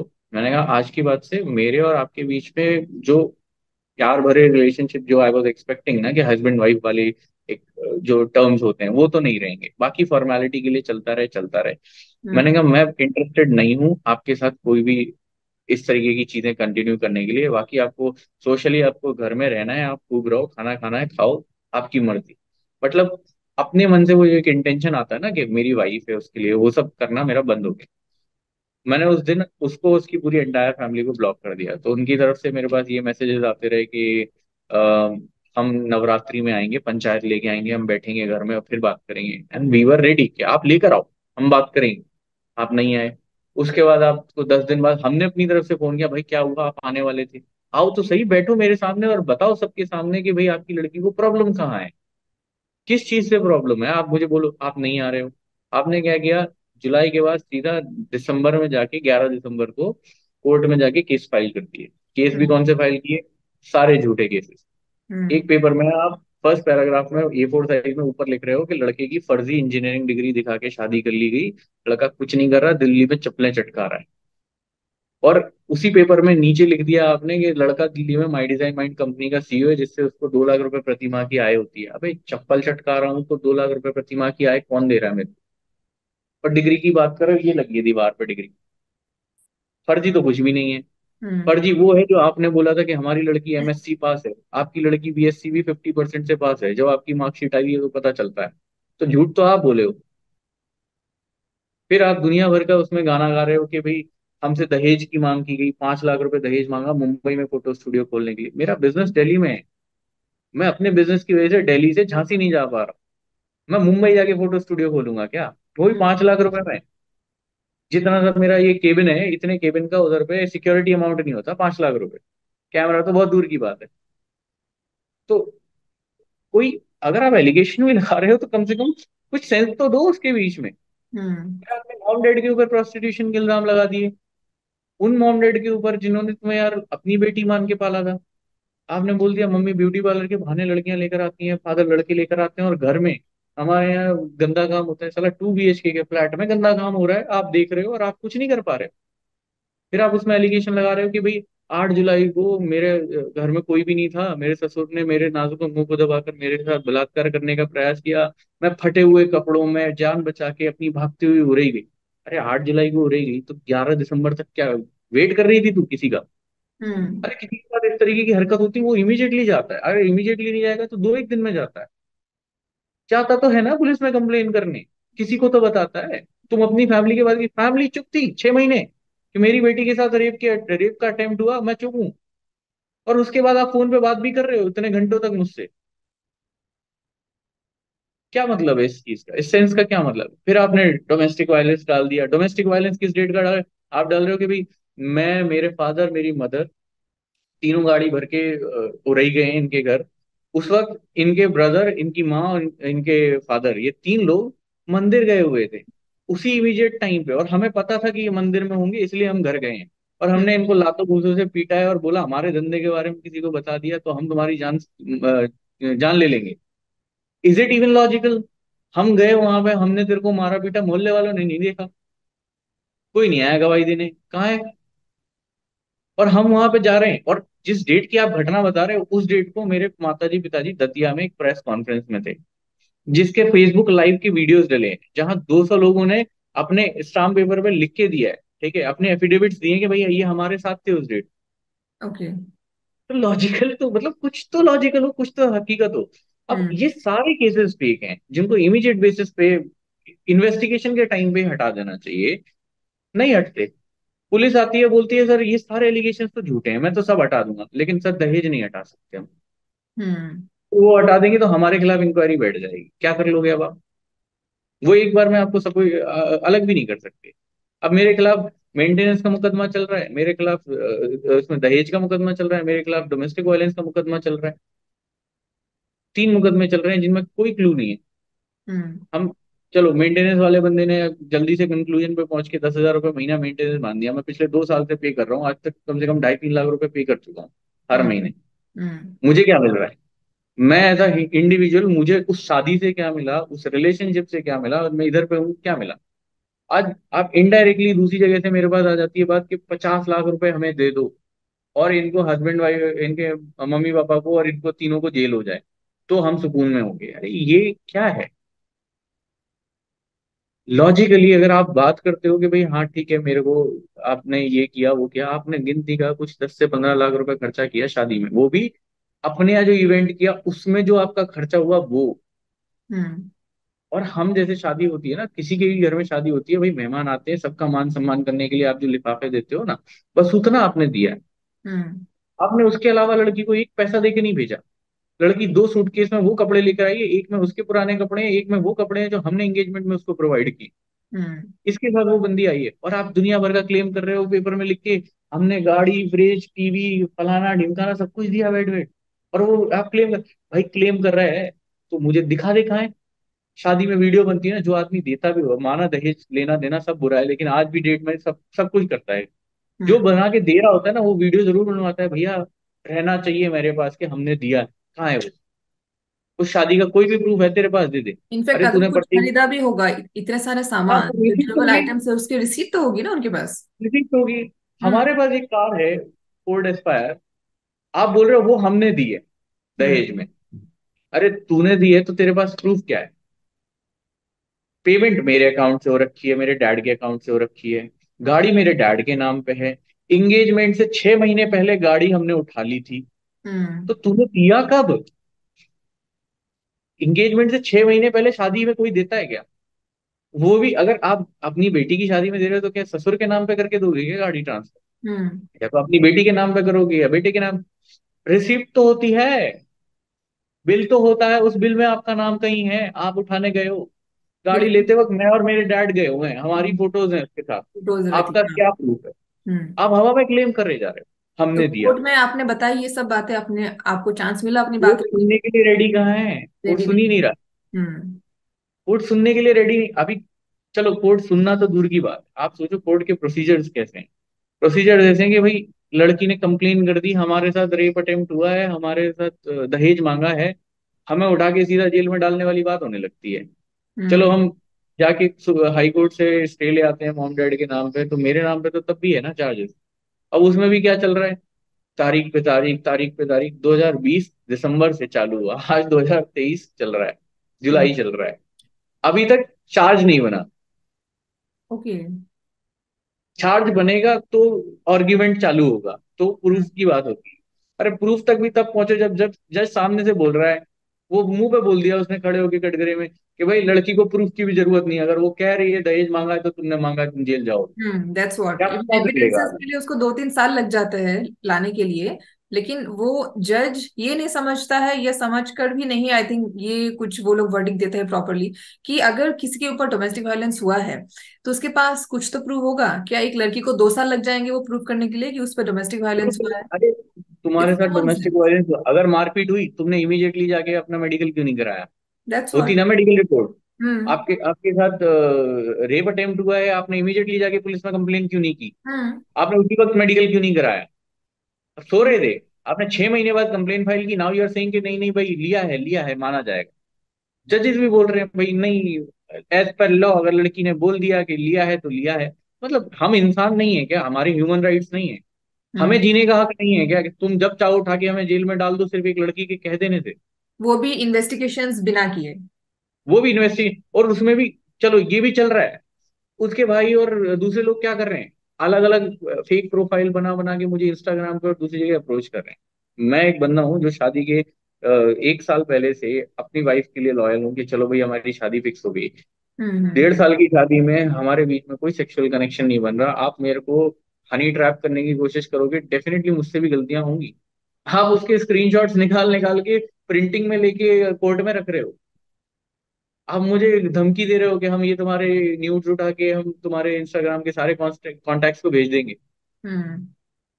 आप हर तरीके से अप्लाई कर रहे हो कि भाई नहीं हम करेंगे, और इसको पकड़ने के लिए है क्या? साइबर सेल में कंप्लेन करके देख लिया, कोई फायदा नहीं। हम्म। साइबर सेल वाले हाँ इन्वेस्टिगेशन किए, घूम फिर के आके तुमको ही ब्लेम कर देंगे, तूने क्यों किया, बंद इंक्वायरी। क्यों? हमें नहीं काम करना, हम सरकारी अफसर है भाई। हम जाएंगे ही नहीं डेप्थ में, जब तक ऊपर से हमें प्रेशर नहीं आएगा, कोई इन्फ्लुएंशियल पीपल हमें बोलेगा नहीं, हम तब तक कुछ नहीं करेंगे। यही प्रॉब्लम है। जजेस को क्या है? जजेस को क्या है, उन्होंने सीधा बोल दिया लड़की सही है, आप गलत हो, क्या कर लोगे तुम? अरे लड़की सही है, वो साला अपने घर में पड़ी हुई है आज की डेट में, उससे दो कौड़ी का काम नहीं हो रहा, और एक लड़का जो अपने करियर को लेके काम कर रहा है, जो एक कंपनी रन कर रहा है, जिसके अंडर में एम्प्लॉइज काम कर रहे हैं, मेल फीमेल बोथ, वो गलत है। हम्म। जिस दिन से आप छोड़ के गए हो उस दिन मैंने अपने एक छोटे से लैपटॉप से बिजनेस स्टार्ट किया था, आज मैं मार्केट में 60-70 लाख के टर्नओवर में बैठा हुआ हूँ। मेरी कंपनी का एक ब्रांड नेम है। हम्म। मैं बेवकूफ हूँ? मैं दहेज मांगूंगा उससे, और उस औरत से 5 लाख रुपए, वो भी जो बंदा साठ ये लाख सब का हुआ, टर्नओवर आपकी करता बात है। हुई? मतलब ये चार्जेस जब लगाए गए आप पर, तो आपकी एक बार भी बात हुई लड़की से? कोई बात नहीं हुई, उन लोगों ने कोई बात नहीं की। चलो वो भी होता है, एक मीडिएशन कराती है ना कोर्ट। चलो हम्म। वकील को अपॉइंट करके वो एक फैमिली कोर्ट में मीडिएशन कराते हैं। 5 मीडिएशन की डेट्स होती हैं। जो 5 डेट्स होती हैं, 5 में से 4 में आप नहीं पहुंचे। अब भाई मेरे लिए दिल्ली से झांसी जाना, झांसी से उरई जाना क्वाइट कॉस्टली। हम्म। एक डेट पे जाने में मेरा 7 से 8 हज़ार रुपये लग जाता है। और हम्म। उधर जाके भी क्या पता चल रहा है आप आए नहीं, मैं खाली बैठ के अपना टाइम पास करके वापस आ रहा हूँ। तो मैंने 5वीं वाली डेट पे मैं नहीं गया। मैंने कहा यार क्यों, जब आप 4 पे नहीं आए तो 5वीं में क्या ही आओगे? मैं भी नहीं गया। आप 5वीं में जाके पहुंचते हो, उनको करना नहीं है, हम आए बैठे हुए हैं, उनको बुलाओ इधर पे। चलो वो भी छोड़ दिया हमने, जाने दो। वकील ने खुद उनको डांट के भगा दिया, भाई जब 4 तारीख, ये 4 डेट लगी थी, आपको फोन कर करके आपको बोला गया था कि डेट है आ जाओ, डेट है आ जाओ, डेट है आ जाओ, आप क्यों नहीं आए? आप फोन उठा के बोल रहे हो हाँ हम आ रहे हैं, और आप आ नहीं रहे हो। हम पूरा पूरा 8 4 4 घंटे वेट कर रहे हैं आपका कि अब आओगे, तब आप नहीं आ रहे हो। और फिर 5वीं डेट पे आके आप ज्ञान दे रहे हो कि भाई हम आ गए हैं, उनको बुलाओ। हम्म। ठीक है, चलो वो चीजें खत्म होती हैं। उसके बाद दूसरे कोर्ट में जज के सामने बिठा के मीडिएशन की बात की। अब जज बैठा हुआ है, मैं बैठा हूँ, आप बैठी हो, वाइफ है। मैंने सिर्फ एक चीज पूछी थी, मैंने कहा जज साहब, मेरी तरफ से मैंने कोई कमी नहीं रखी, मुझे अभी तक नहीं पता इनको प्रॉब्लम क्या है, आप एक बार इनसे पूछ लो कि इनको प्रॉब्लम हुई कहाँ से शुरू। और उसका एक रटा रटाया तोता, मेरे साथ गलत हुआ है, मुझे जस्टिस चाहिए। हम्म। हमारे साथ गलत हुआ है, मुझे जस्टिस चाहिए। इसके अलावा उसने 2 लाइन के अलावा कोई तीसरी लाइन नहीं बोली अगले 1 घंटे तक। अब ऐसे में क्या जस्टिस दिला देगा जज? और क्या सॉल्यूशन निकल जाएगा मीडिएशन का? कुछ नहीं निकला। हमने प्लान किया, चलो भाई इनके वकील साहब से बात करें कि भाई आप मुझे बताओ आप क्या चाहते हो, we will settle it and खत्म करते हैं, आप अपनी जिंदगी जियो, हम अपनी जिंदगी जिए। हम्म। हमें कोई बात नहीं करनी, हम कोई बात नहीं करना चाहते। मत करो भाई। फिर एक सिचुएशन ऐसी आई हुई, उनके जो वकील थे, उन्होंने, उनके कोई रिश्तेदार थे, उन्होंने, हमारे जो मीडिएशन वाले लोग थे वो, उनके फादर के, मेरे ससुर साहब के जो ब्रदर वगैरह थे वो, और सोसाइटी के कुछ जाने पहचाने लोग, उन सब ने बोला कि चलो यार मिलके we will solve this problem. एक कंक्लूजन पे निकलते हैं कि ठीक है इस डेट को हम लोग एक बैठते हैं, एक जगह बैठक में, आप आओ अपनी बेटी को लाओ और बताओ आपको क्या प्रॉब्लम थी। आप बताओ कि भाई प्रॉब्लम आपको कहाँ थी, अगर ये गलत होंगे तो हम एक्सेप्ट करेंगे। हम्म। आप क्या किए? भाई पूरा समाज आके बैठा हुआ है, सब आके बैठे हुए हैं, आप बाप बेटिया दोनों फोन स्विच ऑफ करके अपने घर पे हो। आप आए भी नहीं। मैं हम्म। कहता हूँ यार जिसके साथ गलत होता है ना, वो चौड़ में खड़ा होकर बोलता है मेरे साथ गलत हुआ है, बिल्कुल। मेरे साथ ये गलत हुआ। साला तुम बोल रहे हो मेरे को गलत भी हुआ और तुम बोलना भी नहीं चाहते, तुम कहते नहीं हम तो कोर्ट से। So ultimately you are using your money and law just to suppress somebody, कि भाई आपको बस परेशान कर रहे हैं, हम्म। और आप पूरी ताकत लगाए जा रहे हो। अब आज एक नया चोचला चालू कर दिया उन्होंने, बोलते हैं, कहते हैं 10,000 रुपए का मेंटेनेंस मेरे को पूरा नहीं पड़ता, मेरे को 25,000 चाहिए। ओके। आप एक घर में रह रहे हो जहां आपका बाप सरकारी नौकरी से रिटायर है, जिसकी 40-50 हज़ार रुपए पेंशन आ रही है। आप जो खुद कुछ नहीं करते, आप जो बाहर नहीं रहते, आपके पास कोई बच्चा नहीं है, आप अपने माँ बाप के साथ अपने घर में रहते हो, हम्म। आपको तब भी 10,000 रुपए मेंटेनेंस कम पड़ रहा है। आपने तो बहुत कम कहा है बिहान जी, आपने 10,000 कहा है, मैंने इनफैक्ट 2-3 लाख मेंटेनेंस मंथली मिल रही है। इवन देन देर सेइंग कि हमें कम पड़ रहा है, हमें 10 लाख चाहिए, 50 लाख चाहिए, 1 करोड़ चाहिए। तो आपने जो दस हाँ, हजार कहा ना, ये तो बहुत कम कहा है। लाखों करोड़ों की मांग होती है और हस्बैंड्स को देना पड़ता है। इधर जज साहब बैठ के बोलते हैं कि यू बेग बोरो और do whatever you want, but you have to pay. देखो, एंड मैं दैट इज मैं वही बोल रहा हूँ। Quite disgusting to hear all this. It's not just that, point is, see मैं किसी जज का डायरेक्टली नाम नहीं लेना चाहता, मैं किसी पे एलिगेशन नहीं लगाना चाहता, बट ये एक रेगुलर प्रैक्टिस है कि जजेस भी घूस खाते हैं। Yes, lawyers as well. Background में जजेस लॉयर्स सब घूस खाते हैं, और उनकी डील चलती है कि भाई इसमें ये फैसला चाहिए इस कोर्ट में, इसलिए हम इतना पैसा देने के लिए तैयार हम्म, हैं। ये सही बात कही अगर है। आप अगर आप लॉ के हिसाब से चलो तो आप डेप्थ में जाओगे ना यार चीजों के, मुकदमे की डेप्थ में जाओगे। भाई मेंटेनेंस किस बात का चाहिए बता, कौन छोड़ के आया था घर? हमने निकाला था क्या तुझे बाहर? तुम खुद हम्म छोड़ के आए हो, और क्यों छोड़ के आए हो? रीजन तो बताओ ना, क्यों छोड़ के आए हो? आप हम्म। बोल रहे हो भाई मेरे साथ रेप अटेम्प्ट हुआ, या तो एक काम करो ना, वो मेंटेनेंस को तब तक होल्ड करके रखे हो जब तक ये एलिगेशन प्रूफ नहीं हो जाते। दैट्स किस व्हाट। बात का मेंटेनेंस मैं दूं? मैं गलत नहीं हूं। मैं बोल रहा हूँ भाई मैंने नहीं किया कुछ भी। आप अपनी मर्जी से गए हो, हमने कोर्ट में ये प्रूफ रख दिए कि सर 8 तारीख की जिसकी ये घटना दिखा रहे हैं उस दिन को ये यहाँ पे थे ही नहीं। हम्म 5 तारीख को इनका भाई आया था लेने, उसकी सीडीआर रिपोर्ट है। इन दोनों के साथ में उरई तक जाने की सीडीआर रिपोर्ट है। तो 5 तारीख को जब ये अपने भाई के साथ उरई चली गई, तो 8 तारीख को क्या रेप अटेम्प्ट करवाने के लिए दोबारा आई थी क्या मेरे घर? बिल्कुल। और फिर आप गए हो उधर। जब आपकी हम्म लोकेशन आपको उरई में दिखा रही है तो क्या मतलब है? हम्म। आप किस, इतना बड़ा प्रूफ जज के सामने रख रहा हूं तब नहीं समझ में आ रहा। दैट्स। जज को बोल रहा हूँ कि सर मेरा अभी अर्निंग स्टेज नहीं है, मेरा स्टार्टअप है। ये तब की बात है 2020 की, जब हम्म मेरा कंपनी का ऑफिस तक नहीं खुला था। मैं उनको बोल रहा हूँ सर मेरा स्टार्टअप है, मेरा रेवेन्यू अभी मुश्किल से 7 से 8 लाख का है, और उसमें भी मेरे पास 3.5 लाख का कर्जा है जो मैंने लिया हुआ है, लोन लिया हुआ है बैंक से। मैं हम्म। जज को ये दिखा रहा हूँ, जज को वो नहीं समझ में आ रहा। नहीं, 10,000 रुपये महीना मेंटेनेंस दो भाई, आप बिजनेस कर रहे हैं। अरे बिजनेस में प्रॉफिट एंड लॉस भी तो देखा जाता है। देखा जाता है कि भाई उस बंदे का बिजनेस का स्टेज क्या है। हम्म। अगर तो मैं 100-200 करोड़ की कंपनी चला रहा हूँ, आप बोलो भाई मेरे लिए इजी है, मैं देता रहूंगा। दैट्स व्हाट, बिल्कुल। अगर इनफैक्ट तक की मैं बात ये मैं है अपने ना सर्वाइवल के लिए परेशान है कि तो जो कैसे ये दूं? जजेस वगैरह है ना, मेल जजेस है, उनके भी बेटे होंगे, राइट? लेकिन उनको दिख रहा है क्योंकि एक जज है, पुलिस है, जो भी है, वो लोग डेली बेसिस पे इन सब केसेस पे डील करते हैं। एंड उन्हें पता होता है कि who is right and who is wrong, but क्योंकि सबको उनके पता भी है, पैसा चाहिए होता है एंड दे आर सबको पता है। Just doing anything they want to, making use of their power in a wrong way. और वो लोग सबको सोचते नहीं है कि जिस लड़के के साथ ये हो रहा है, अगर उसकी जगह मेरा बेटा होता तो हम पे क्या बीतती। अगर सारे क्या भी, जजेस ऐसे सोचने लग जाए ना, तो आधे केसेस तो ऐसे ही खत्म हो जाएंगे एंड मैं किसी कह के रहा हूँ साथ ना सोचें। जस्टिस नहीं होगा एटलीस्ट। मैं कह रहा हूँ ना सोचें।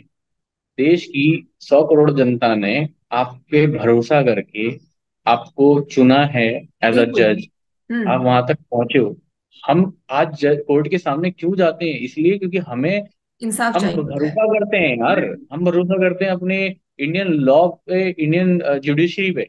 दैट्स और व्हाट। अगर जुडिशरी में बैठा हुआ बंदा हमारे साथ बायस्ड होकर बिहेव करेगा, चुप हो जाओ तुम, बंद हो जाओ तुम, जेल भेज दूंगा, ये कर दूंगा। Is this the way you talk to a sophisticated person who is confronting everything in front of you and who is cooperating with you? कि आपको क्या चाहिए सर, आप मुझसे पूछो, मैं आपको सारी हकीकत मुंह पे बोलने के लिए तैयार हूँ। आप जो प्रूफ मांगोगे मैं लाके दूंगा सर, मेरी गलती नहीं है। आप सुनना ही नहीं चाहते। That's what. क्या हमारे किस देश किस में पॉइंट में हम बात हो रही है? इनोसेंट अंटिल प्रूवन गिल्टी नहीं है। You are guilty until you are proven innocent. That's it. दूसरी चीज, आज तक का रिकॉर्ड है, मैं 2020 से लेके 2023 आ गया, जुलाई आ गया, आज तक एक भी सिचुएशन ऐसी नहीं हुई जहां पे जज ने खड़े होके बोला हो भाई एक पक्ष की पूरी बात मैं सुन लूं, फिर हम्म। दूसरे पक्ष की पूरी बात सुन लूं, ताकि मुझे सेंस तो मिले कि एक्चुअली केस है क्या। हम्म। आप पेपर पे लिखी हुई चीजों पे चल रहे हो, लेकिन एक्चुअल हकीकत जानना ही नहीं चाहते। क्योंकि अगर आप खड़े करके इनसे पूछना शुरू कर दोगे, इसकी आवाज लड़खड़ा जाएगी, इसको समझ में आ जाएगा कि इनके पास रटी हुई लाइनों के अलावा कुछ नहीं होगा। और आप मुझसे पूछोगे कि अगर मैं सही हूं ना, तो मैं आपको पूरे प्रूफ दे दूंगा लाइन से, सर ये है, ये है, ये है, सब कुछ। अरे जो केस को आप 3 साल से चला रहे हो ना, अगर इमीडिएट बेसिस पे खड़े कर दो ना, जज को तुरंत पता चल जाएगा कि सही कौन है और गलत। और बिल्कुल। उस बेसिस पे वो इन्वेस्टिगेशन को पूरा मोड़ सकता है कि मुझे एग्जैक्टली ये ला के दो, hmm. So that I can decide कि क्या सही है और क्या गलत है। आप वो करना ही नहीं चाहते।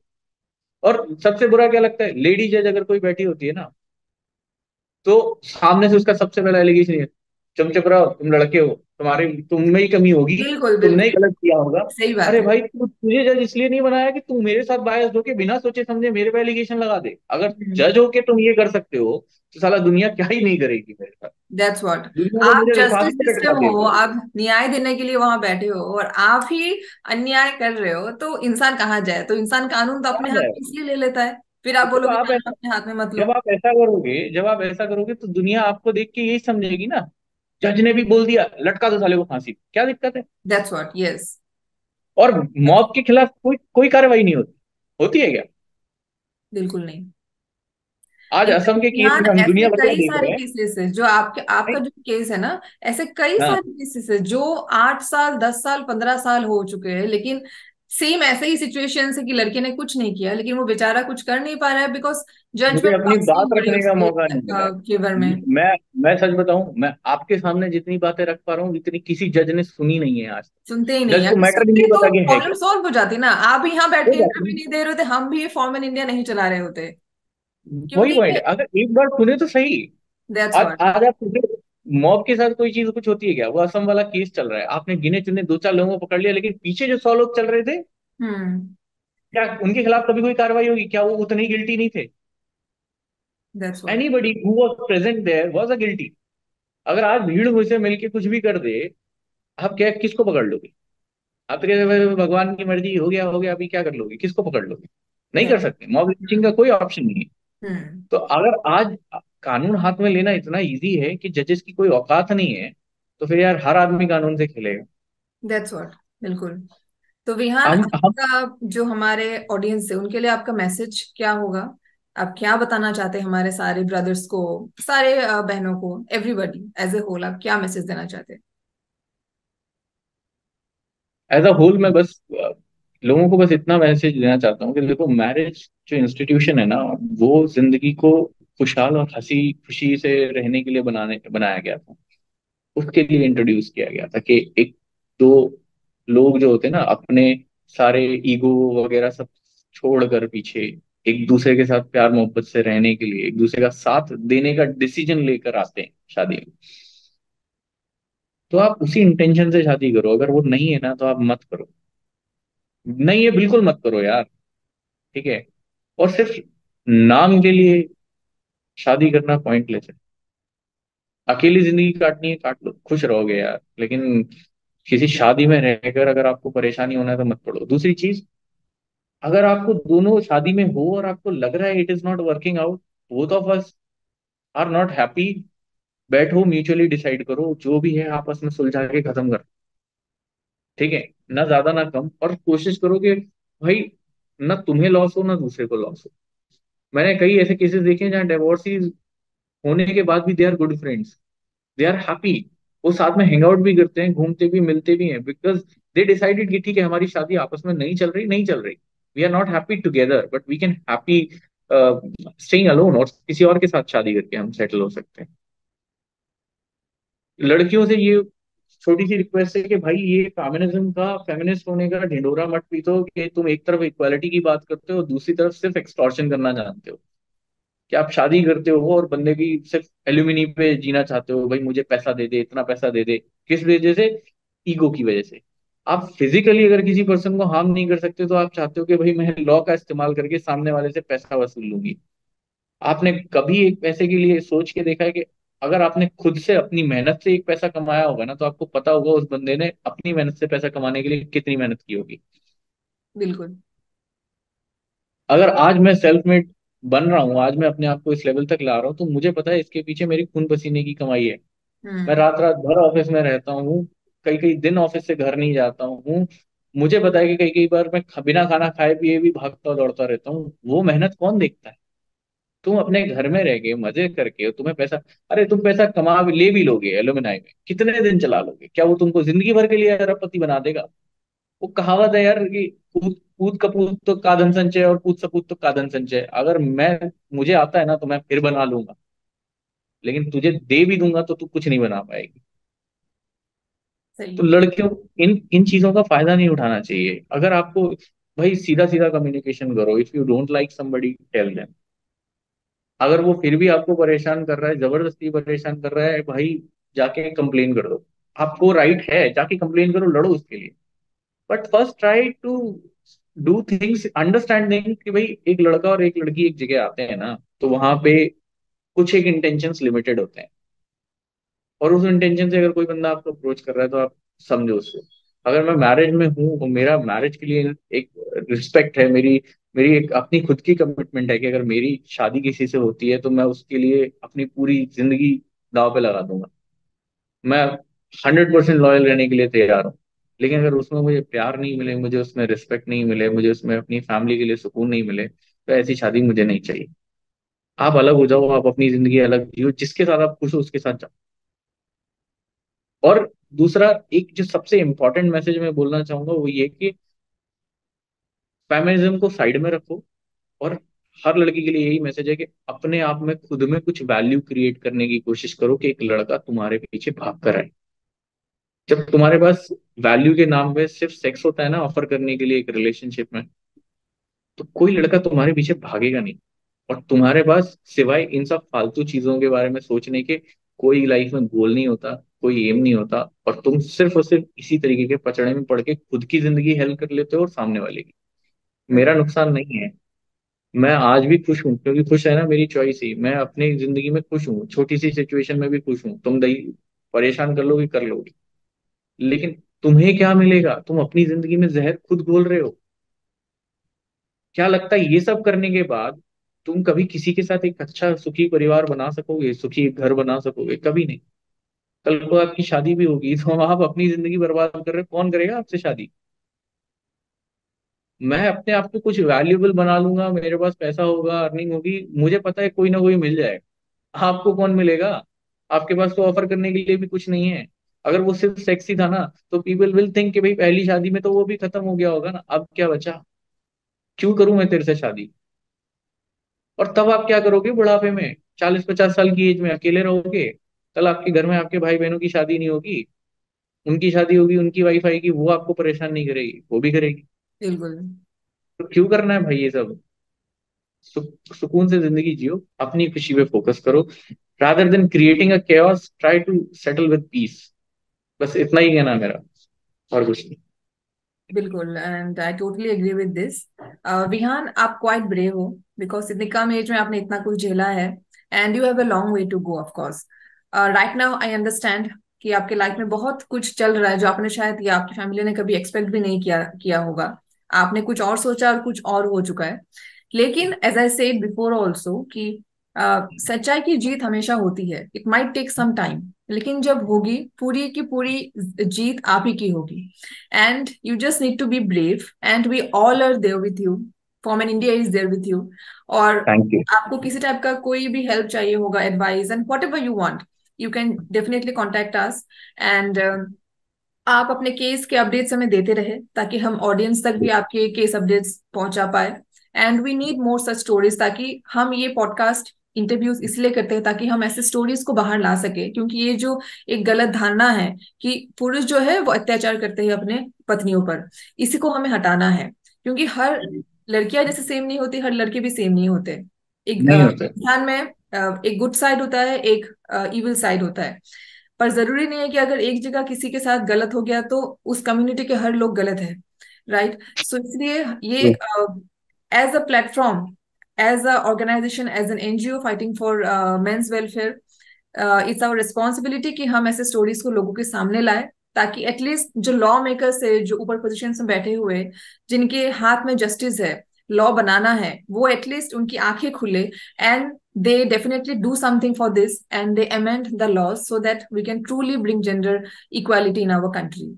So Vihan, बिल्कुल। once again, thank you so much for joining us, and do thank give us the updates of your case. मैं मैं एक लास्ट मैसेज और ऐड करना बिल्कुल, चाहूंगा। बिल्कुल। मैं चाहता हूँ कि एक जो सेल्फ रियलाइजेशन मुझे हुआ है, मैं चाहता हूँ वो मैं सबको पास ऑन करूँ। कि जो भी बाहर है, जो सिचुएशन से लड़ रहा है, चाहे वो लड़की हो चाहे वो लड़का हो, जिसके साथ कभी भी कहीं भी गलत हो रहा है ना, मैं बस उनको एक चीज बोलूंगा, कभी घबराना मत। लोग आपको ब्लैकमेल कर सकते हैं, लोग आपको परेशान कर सकते हैं, लोग जान से मारने की धमकी दे सकते हैं, आपका सब कुछ छीनने के लिए सब कुछ कर सकते हैं, बट घबराना मत। कोई बिल्कुल। इंसान आपकी ज्यादा से ज्यादा आपको बदनाम कर सकता है, हम्म। ठीक है, वो आपको ब्लैकमेल कर सकता है। मैं कहूंगा हमेशा एक क्वेश्चन पूछना, व्हाट इफ? What if? क्या ऐसा है जो आप अलग गलत कर रहे हो जो दुनिया नहीं कर रही? सब यही कर रहे हैं ना, सब यही कर रहे हैं, तो आप कैसे अलग हो? और दुनिया कौन होती है जस्टिफाई करने वाली कि तुम सही हो और तुम गलत हो? अनटिल आप किसी की पर्सनल राइट्स को हार्म नहीं कर रहे हो ना, और अगर आप अपनी लाइफ में अपनी जगह सही हो, डरना मत। बस इतना ही कहना है मेरे को कि हिम्मत रखो अपने ऊपर, कोई कुछ नहीं बिगाड़ सकता तुम्हारा। और दुनिया में हमें फर्क पता है कि तब पड़ता है, हम परेशान तब होते हैं, हम ह्यूमिलेटेड तब फील करते हैं, हम सुसाइडल अटेम्प्ट तब करते हैं जब हम दूसरे की ओपिनियन पे जी रहे होते हैं। ये जिस सही दिन बात आप खुद करते की हैं। वैल्यू समझ जाओगे, जिस दिन हम्म, आपको पता होगा कि आपकी खुद की वैल्यू क्या है, आप ना किसी के ब्लैकमेलिंग से डरोगे, ना किसी के केसेस से डरोगे, ना किसी के धमकाने से डरोगे, ना किसी और चीज से। आपको पता होगा कि तुझे जो करना है कर ले, जो करना है कर ले, मुझे अपनी वैल्यू पता है। तुम कितना भी झुकाने की कोशिश कर लो, मैं राइज करके दिखाऊंगा। बस ये एटीट्यूड सबको लेकर चलना। बिल्कुल, ये बहुत बस ही ये मैसेज खूबसूरत मेरे पास मैसेज है। आपने दिया है। काफी ब्यूटीफुल मैसेज है, and I think this is the need of the moment. ऐसे जितने भी विक्टिम्स हैं जो शायद डिप्रेस्ड हो चुके हैं या हार चुके हैं, तो आपकी बातों से उनको डेफिनेटली हौसला मिलेगा। And Bihan, you also need to stay strong, keep fighting, and we are waiting for the day जब आप जीत के बाहर आएंगे उस कोर्ट थैंक से। You so much. सो बिल्कुल। Thank you so much for joining once again Bihan. Take care. Thank you. Okay, good night, thank you.